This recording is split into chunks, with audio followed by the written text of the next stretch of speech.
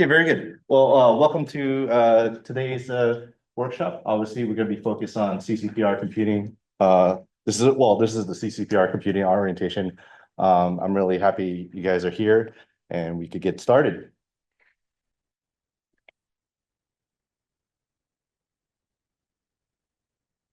And I'm already having my issues with technology here. Okay, very good. Introduction. Okay, I'll introduce myself. I am Roger Silanoe. I am the IT director for CCPR.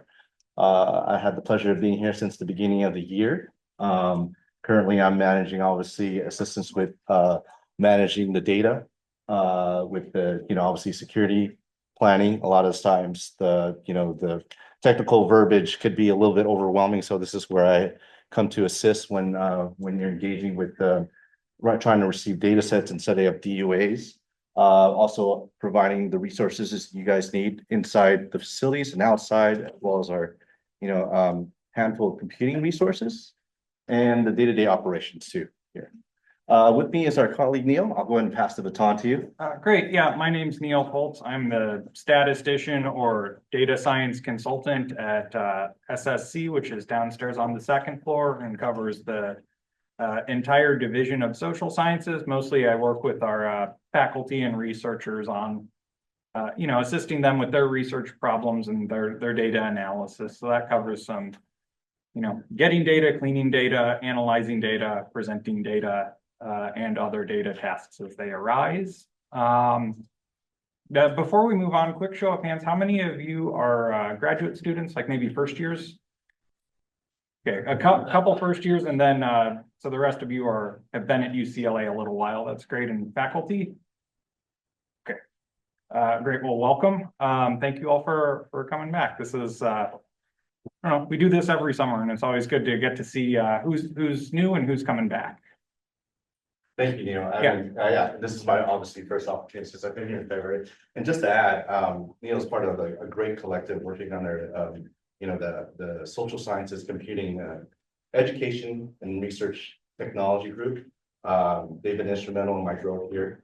They're led by the director, Mike Lee, and they've done a wonderful job. And obviously, I'm the only technical. Me and myself and Neil are the technical point of contact here for the center. But whenever I need a blanket declaration, I could always lean on that team. So anytime you hear me mention SSC, that's the team, and you go ahead and like know that. Yeah. And just to add on that, you probably won't ever encounter SSC directly, but each of your departments, if you are in the Division of Social Sciences, has a DTA that is there to help you. So if you're in sociology, it'd be Haha, and econ would be Jerry, and so on for the other many departments that we cover. Very good. Yeah. Okay, let's proceed. Okay, so over here, we'll provide, here's the overview of our workshop today. Our objective today is to equip you with all the details of the technical resources, services, and tools readily available to support your research needs. This includes data management planning, preparation and guidance, obviously the ingestion of the data, understanding and provisions the computational resources, what's best for what are the tools that you could use to your disposal, how do you gain access to those tools, the difference of why you should be using obviously your personal computers versus our centralized computing or our computing resources here in the facilities. What skills do you hope to learn? Statistical consultations. I'm also going to recommend some great resources to point you in the right direction in case there's things that that are beyond our scope. Lastly, towards the end, we'll talk about some upcoming projects here with technology, with CCPR, and obviously open the floor for any questions, concerns that you have. Sounds good? First topic, obviously, data management planning, preparation, and guidance. What does that mean? Obviously, I really don't have any context, but I think as researchers yourself, you had the luxury of engaging with some of these data providers. Actually, if I could pause right there, how many, you could raise your hands, has dealt with at least one or two, multiple data providers in their research here? Only one or two? Oh, obviously, yeah. Okay, so it seems like many of you have not. I don't know Shawnee, if you would like to kind of, sorry, I know you're eating. I wanted to get kind of a overview on just the whole ordeal of engaging the data providers. Obviously, there's a lot of paperwork involved to petition for access when you're applying for data, but you obviously need the data to commence your research, right? So, is there anything you could chime in on that? Yeah, hi, I'm Chani. I'm a sixth-year PhD student in economics, and I use actually both the secure data enclave for one of my projects and also the TS2 server. So both of those resources are pretty instrumental for me in like gaining access to the data that I use, which is administrative patient level discharge data from California hospitals for one of the projects, and then for the other project, it's like claims data from Washington hospitals. So basically for the California project where I'm using the SDE, I applied for data access around like the end of my third year, and it took about 6 to 8 months. I basically submitted like an application through the California Department of Health. And so they have some specific requirements for what they expect out of like the security and like the setup of the server here. And so kind of like I think like the first task is to understand kind of what those requirements are and like which of the solutions that Roger probably can tell you about is like appropriate for you. So I kind of went with the most secure option, which is like the STE. But in some cases you may not need that and you could use a different server. But basically like the data DUA process itself took a while. So you kind of have to like do a little bit of forward planning in terms of relative to when you want to start the project. And then every year I kind of renew my agreement with the California Department of Health just to make sure that everything is kind of on track. And it's an individual DUA, so it kind of lives with my project, and then the data will be destroyed like once my project ends. But I do think that there are other data sets that have like a wider DUA where there might be like more users, and so you could actually like access some data in there already potentially. And so yeah, that's a little bit of an overview of like the process that I went through to get access to my data, and it's like really a fantastic resource because obviously I wouldn't be able to use like this kind of very secure data unless we had a resource like this with SDE. And with Roger managing everything, it's been like really a blessing. So I would highly recommend using these resources. Thank you so much. Yeah, appreciate the kind words. It's definitely intense. A lot of times when you're applying for or establishing your DOA, as Shawnee mentioned, you know, there's an additional forms that we need to fill out, some sort like a checklist, as you will, like in terms of, you know, how we're planning to manage data. Is the data encrypted? Do you offer multi-factor authentication to get into this information? And you know, how accessible will this information be, and how do we destroy it? So there's a lot of, you know, technical specifications that we need to acquire, and that's where I kind of, you know, become a catalyst and bridge that gap. And sometimes we will need to formally, you know, acknowledge and sign off on those forms there. So again, going back to the top, just affiliates applying for data access. Obviously, you're filing an application to and establish a DUA.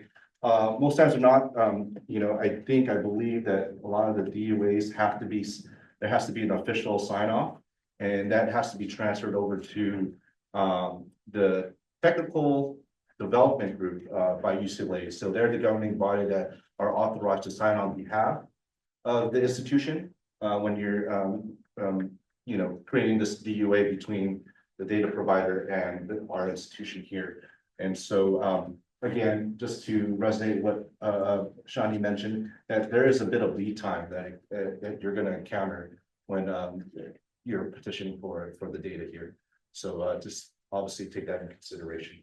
Again, I will assist you with reviewing all that information on the forms.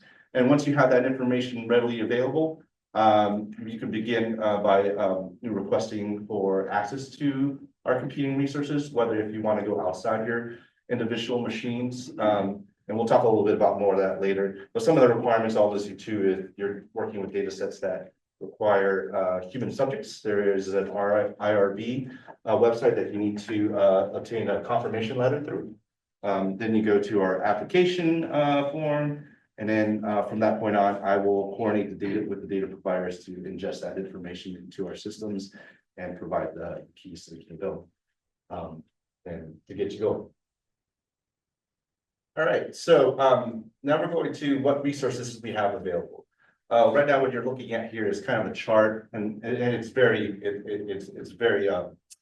very loose in terms of when you're expecting like the turnaround time or the processing times of managing you know, your project here. So if you're managing like a small data set, obviously you could use your personal computer or individual desktop, anything that's outside of our obviously our environment. They're running quick jobs. They're like non-intensive on CPU and memory usage.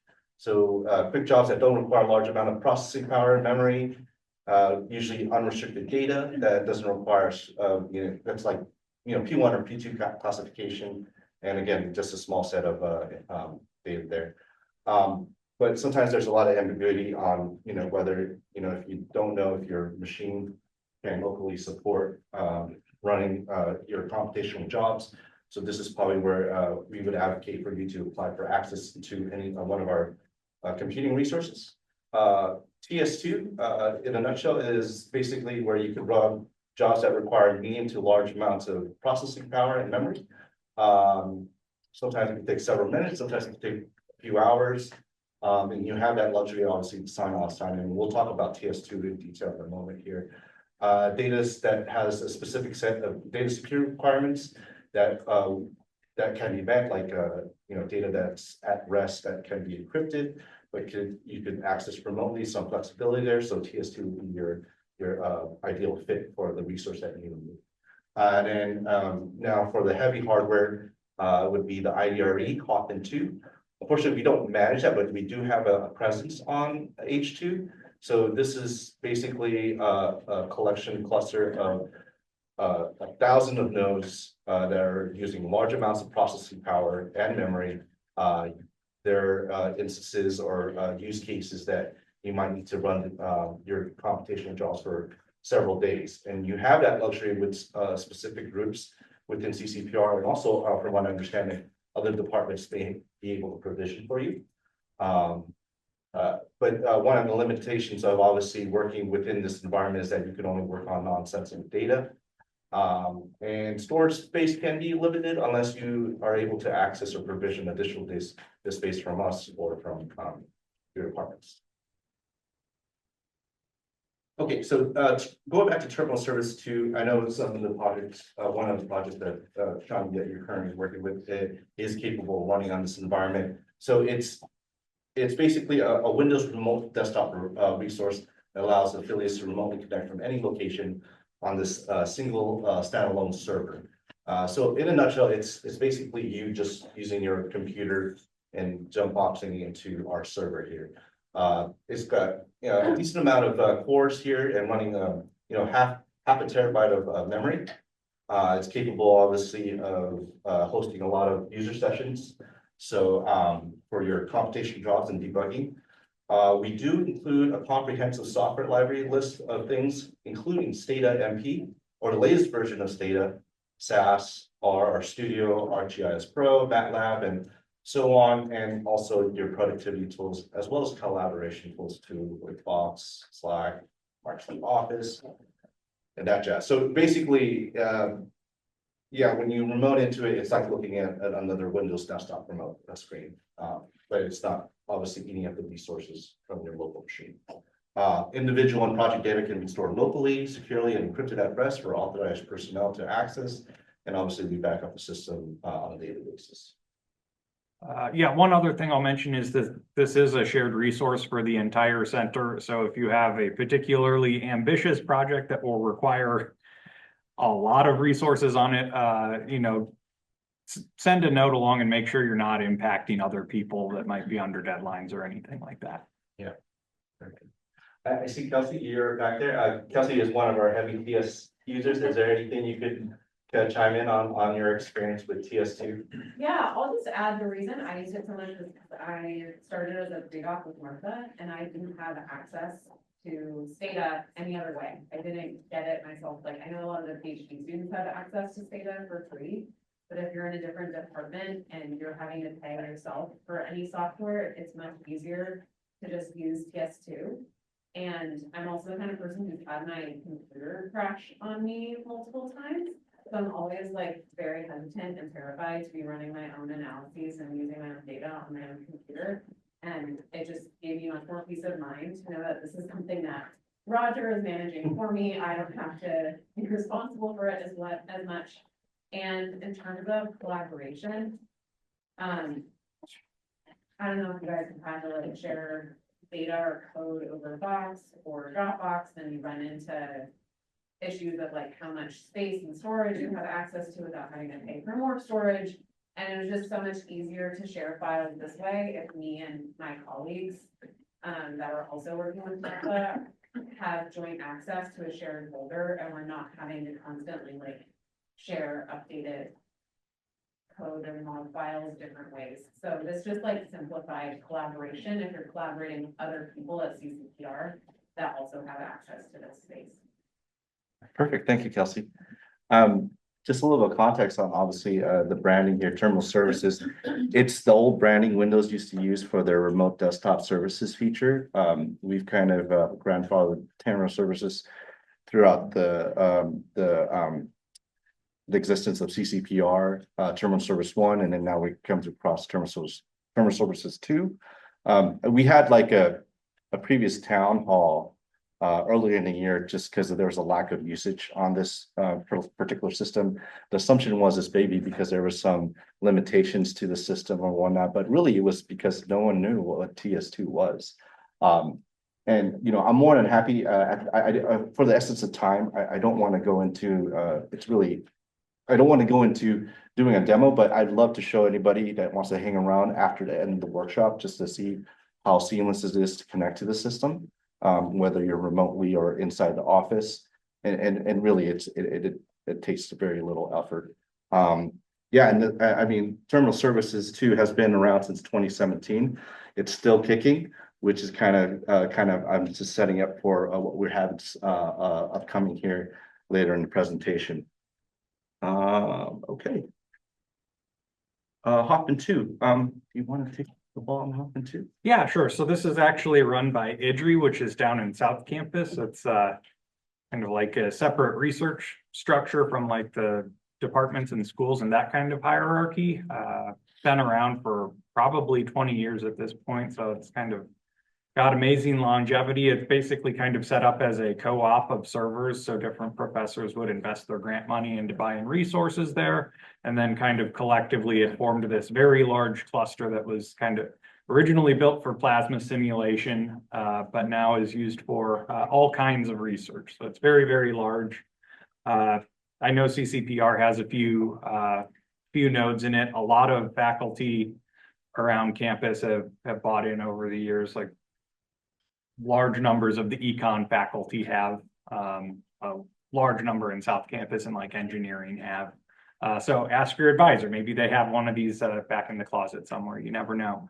The one thing I would mention is that this is like kind of built as an, I don't know, 80s style setup. So there's like this big kind of thing with a command prompt and you type in your commands and then it puts it in a job queue and runs it. And then you check back in when it'll send you an email when it's done, and then you have your results, right? So this is not the best kind of system for interactive development, but it will scale nicely if you have extremely large data sets, or if you're doing simulations, you need to run an extremely large number of simulations. So it's very good for those workloads. And they have a whole team down there for managing it. Happy to talk afterwards about my experience using it or point you on to them if that's what you want. I'm assuming no one here in the audience is a heavy H2 user or Hoffman 2 user. Yeah, when we check the usage stats for the last year, no one used it, so we're not going to dwell on it too much. Okay, but, yeah. okay. I was just curious, obviously, too. I mean, obviously, like you mentioned there, you could SSH into it and run the command lines. Is there use cases where they need to use, I know there's no machine you can use to get the GUI interface, but I don't know if that's lucrative for researchers. Yeah, so if you're using like an RStudio or a Jupyter Notebook kind of web interface, you can run that on an interactive node there, but I would not recommend trying to get like desktop programs like the Stata user interface or I don't know any SaaS users that like the old SaaS user interface. Like it is less fun to get working on Hoffman too, just because of the network firewalls and stuff like that. Okay. But where there's a will, there's a way. I'll say that. People have made it work before, but you know, you'll have your research that you want to focus on, not that IT stuff, right? So Any questions so far? Actually, I want to just pause right there. I know we've been speaking a lot. Yes. So you can use RStudio on the Hoffman 2 cluster? you can use it on a node on the Hoffman Okay. 2 cluster, but if you do that, it won't automatically scale to the rest of the system. Okay, so how do you make it scale then? Like, what's that process? Yeah, so typically you would take your R script and then submit that as a batch job to the job scheduler, and then it would run it and you'd get your numbers back. Okay. I would also add that a lot of departments have similar setups. SSC, we have a cluster. I know Anderson has one. I think biology has one. Your advisor might have one in under his desk or something. So like, there's lots of options at UCLA for this kind of task. We'll talk about a little bit about that, how to Yes. access those. I imagine it's the same like the way we do for CCPR. We'll get that in a little bit here. Yeah. Okay. Next slide. Earlier you mentioned, Shawnee was kind enough to mention this, a secure data enclave. So when your data use agreement imposes high stringent security requirements and restrictions, the SDE should be kind of a right fit for you. It's a secure Windows HPC server that lies within the air-gapped system. So what that means is basically it's a closed network, no internet traffic going in or outbound, completely isolated. So to meet any of the stringent requirements that data providers are requiring. Does not, needless to say, it does not mean it's completely safe from obviously us, hackers and so forth. Actually, there was this earlier today, an article about couple European government air-gapped systems that was infiltrated through USB-C. Because we do offer, like obviously the content has to go in and out when working with some of the researchers that are working in the SDE. But again, that comes to making sure that we're doing best practices and security hygiene when we're managing, our data. It is equipped with the same, about a similar processing and memory with TS2, and also the same software library with TS2. So anything new that I update on the TS2 server, I will do it on the secure data enclave. So it's like for like, all the packages are there. And the only way to access this is basically there's a root that we have staged here with 4 secure terminals. They're basically thin clients, and they are able to remotely connect to this particular server and enclave. Okay. Pivoting over to individual computing and centralized computing. There's some advantages and disadvantages of why you would want to, elect for your personal device or, personal work device versus obviously centralized computing, full control of your system. There's no one to tell you what you can and can't do with your computer, flexibility to customize and configure and install anything you want. And so you have availability to put all the tools you'll need. Offline access and no dependency. So what I mean by that is that you could store obviously the data locally, and you're not dependent on having like an internet connection, basically just to extract that data. You could let it sit locally. Your hard drive permits it. Obviously, the disadvantage is limited backup and redundancy. So that's on you to manage, right? A lot of the operating systems do offer system restore points, but it's not very intuitive. Usually it's recommended if you're concerned about that to source out third-party software.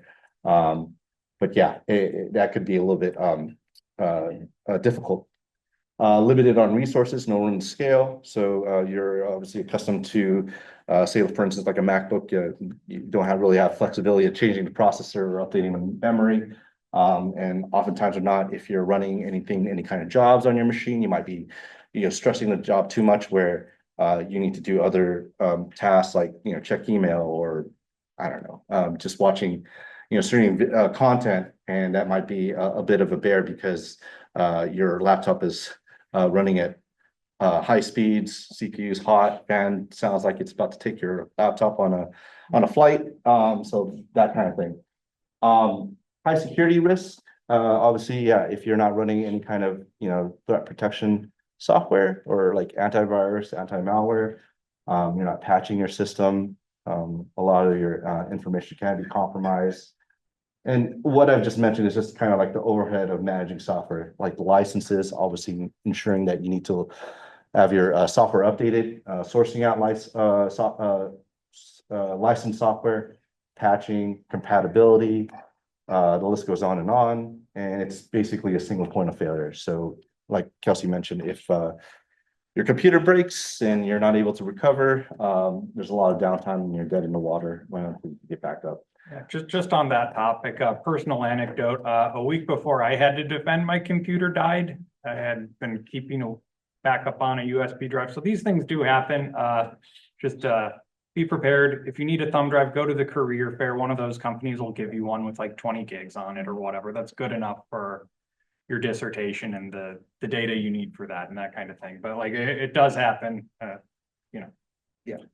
And again, with these disadvantages, if you really feel strongly about working off your local machine, that's totally fine. Just please, you feel to contact me and I can offer recommendations to remediate some of these disadvantages here. But going to centralized computing, oftentimes or not, I'll probably advocate for you to, get sign up for one of our resources here. Fully patched systems, that's my job, making sure that we're backing up everything here, all the data. Ensuring that we have all the security layers in place. And it's always on 24/7 throughout the year, unless there's a maintenance window. And I'll usually communicate that with you guys once things are going down. If there's a job that you're running, I could always post on. And we have mechanisms in place to let me know or let the team know, especially some of the colleagues over at SSC, if any of our critical systems are malfunctioning. So I'll be able to remediate that, quickly. Disadvantages, less control due to policies in place. Obviously, you're not free to install everything and anything on the machine, but that's just to kind of protect and safeguard the data and information that you entrust with us on those systems. You definitely now obviously need internet. Internet's kind of one of those things that's kind of like utilities at home. It's just like water, electricity. You always have internet, right? And when you're on campus, you're covered by our Wi-Fi or campus Wi-Fi. Fluctuating performances on shared resources if load balancing is not properly managed. And what I mean by that is that sometimes it's kind of a crapshoot where there might be a lot of individuals logging on to the resource and everyone so happens to run like a high processing job. And obviously you'll see some performance degradation. That's my job to make sure that that doesn't happen or make sure that the jobs are properly loaded evenly throughout the system there. And leaning on IT for technical support and service requests regarding those computers. But I feel like you guys do that anyways for individual computing. So what's new, right? Okay. How do you gain access to these computer resources if you were to petition for them? Again, the starting point will be our computing resources application. Again, with the slide, you'll have the links and it's also posted on our website.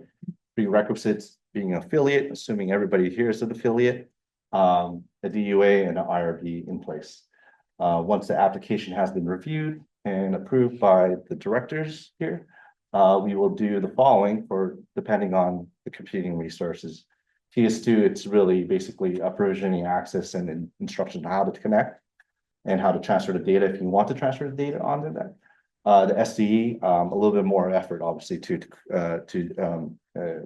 communicate and coordinate with the data providers, ensuring that the transport of the data is securely injected into our enclave. Then we'll provide access and instructions on how to access the service and how to, best practices on your time during sitting at one of the terminal services here. For H2 and the CCPR request for individuals that don't have Hopin 2 accounts, you can apply for a user account using their portal. And part of that process is to get a faculty for students to get a faculty to sponsor your requests. I think faculty could sponsor their own requests, right? Right. Yeah, regarding if it's just the straight basic account, yeah.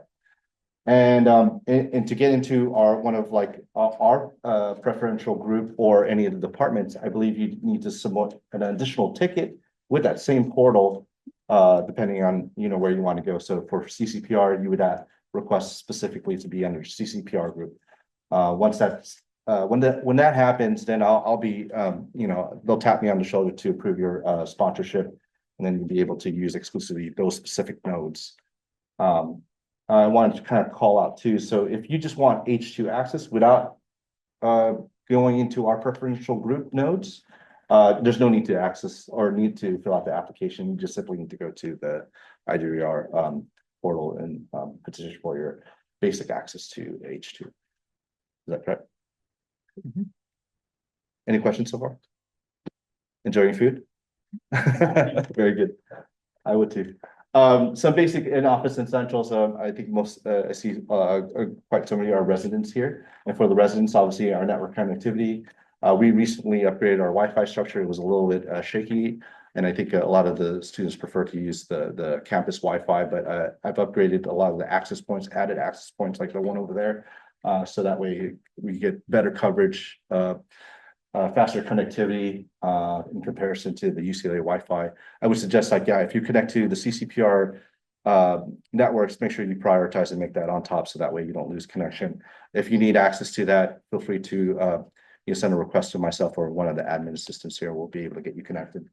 In addition to connecting to the Wi-Fi, you'll be able to use the printing resources that we have in our equipment room. Right now, we actually got a new printer a couple weeks ago. Same functionality. It's just I think we were underutilizing the old one, so this new one is has the same functionality, copy, scan, and printing capabilities to accommodate any of the use cases you need to use. Audio visuals.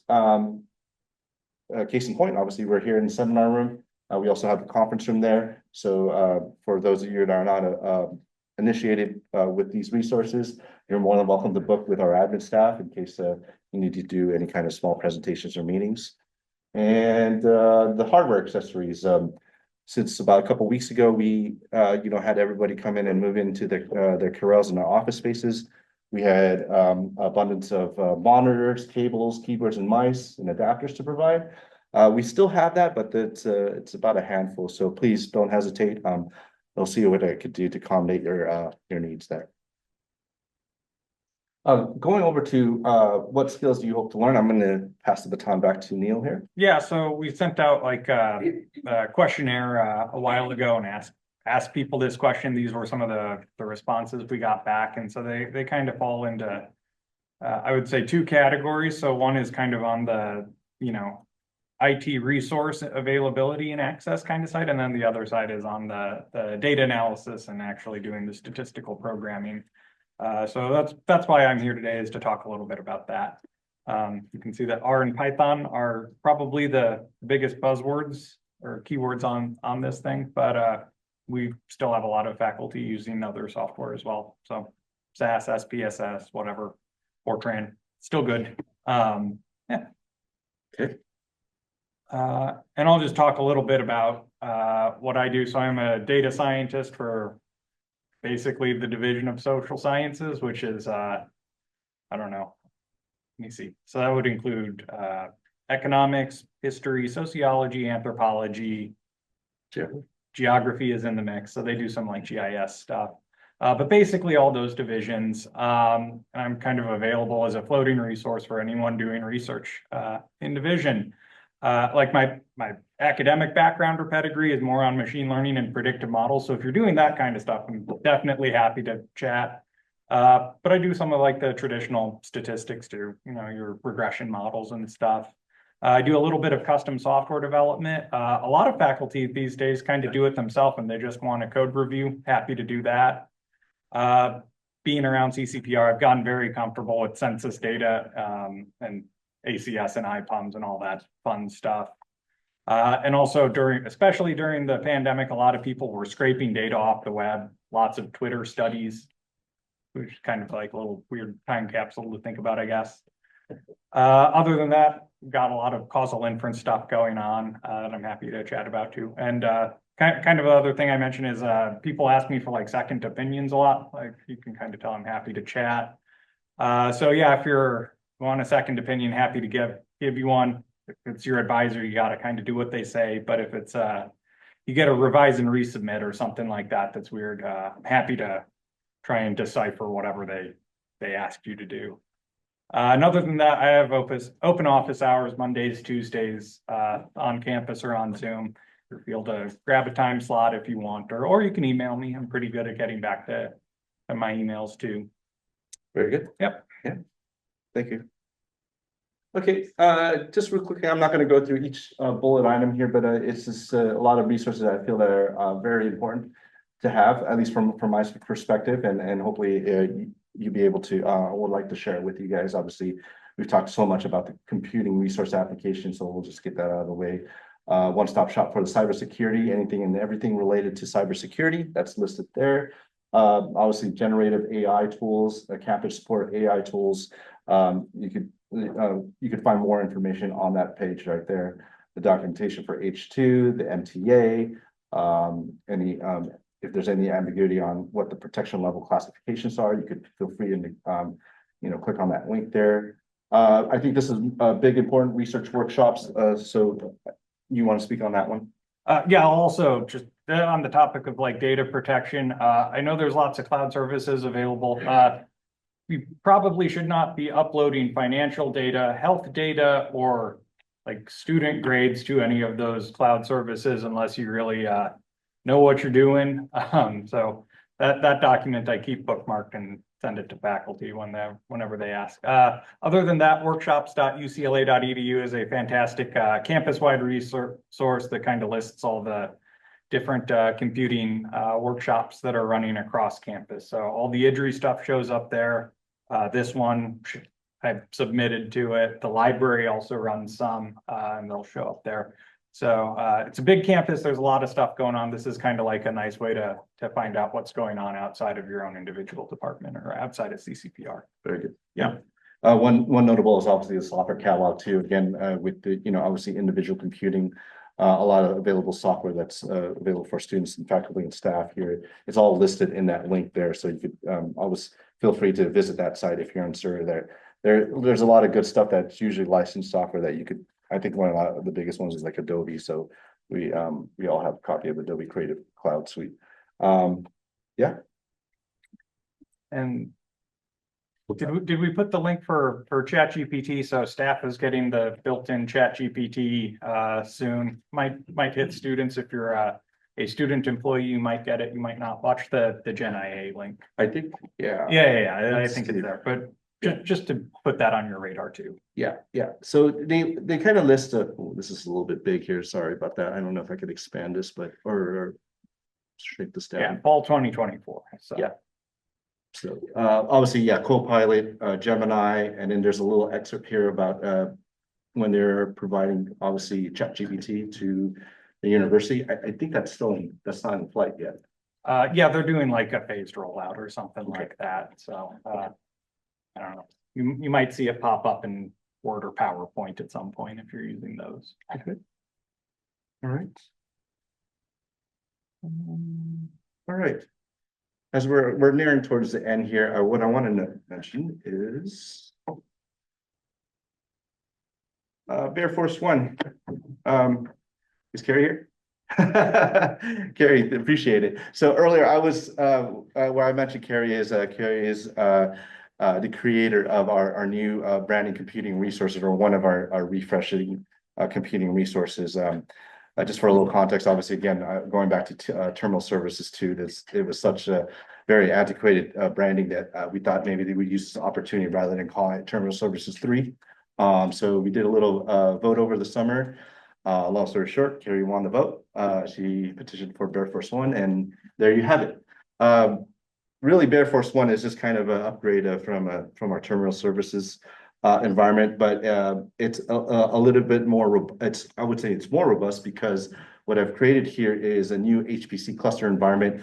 Going back to TS2, it's just a single entity, single server that was managing both the management role and hosting, the processing for user sessions, whereas this one is now everything's kind of segmented and pieced out. So my long-term goal is to have Air Force One to exist throughout the years like Hoffman 2 has, instead of rather than rebranding and setting up a new shop. So the whole server itself has more processing and more cores and more memory than TS2. It has the ability to accommodate more user sessions without compromising performance. Ideally, I think once we sunset TS2, we'll be able to refresh that actual server and then bring that into the fold, into the cluster, into Air Force One, and a new high performance network attached storage, new NAS, basically, that's actually segmented, which with TS2 was integrated. So this one's now segmented off the server, and the primary use is to be using it with Air Force One or with this new computing resources, but you should be able to access the storage exclusively from any other computing resources or from your individual machine.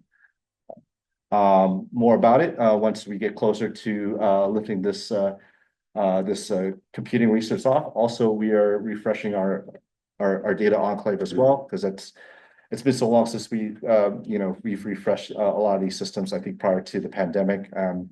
Is Martha here? She's not here, but I just want to thank our director for petitioning and investing into all these new servers that we have currently right now that I'm working on. So yeah, that's that.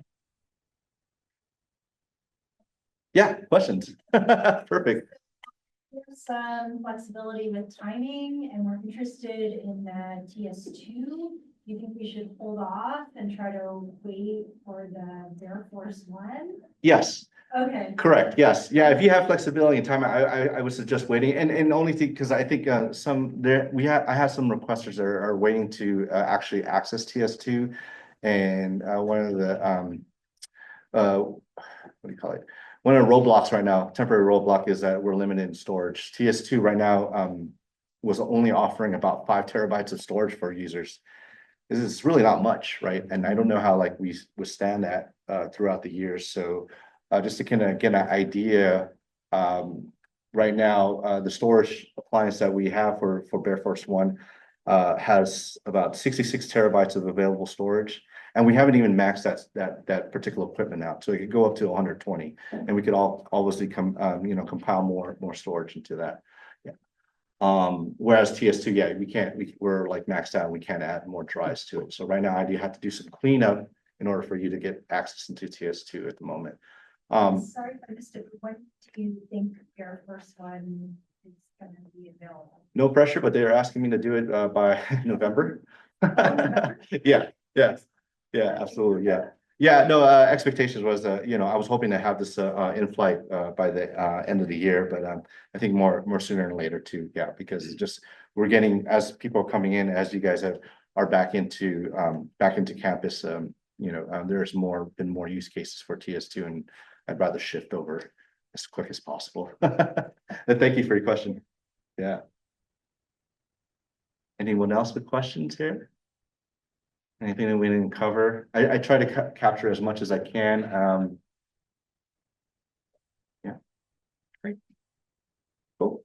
Yeah. So for STATA users, we would need to use the shared resources. Is there any hold or license or any guidance on where to obtain?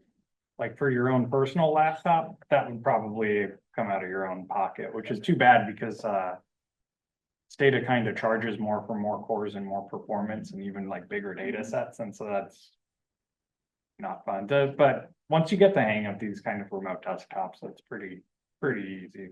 Yeah. Just a little bit of a learning curve. Yeah, no, absolutely. Obviously, STATA has not made it easy to get, to be provisioned with with the latest. Obviously, they have 2 models, right? They have the perpetual one. We don't need to talk about purchasing. Oh, yeah, no. Well, that's a great question because it was brought to my attention from the previous years that we had the bandwidth to every year do a poll of our student affiliates and ask them who needs to upgrade update their state license. And then there's definitely more competitive pricing when we buy in bulk too.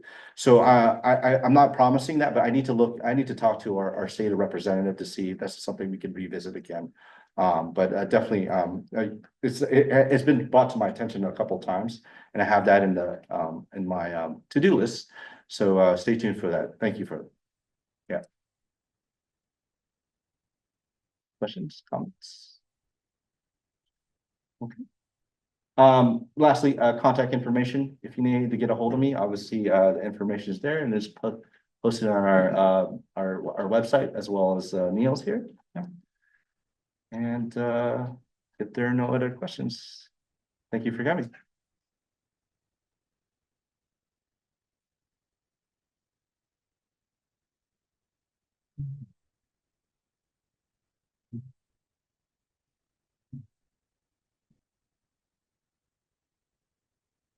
I don't see stop recording. That's cool. Kind of hard to do this. Oh.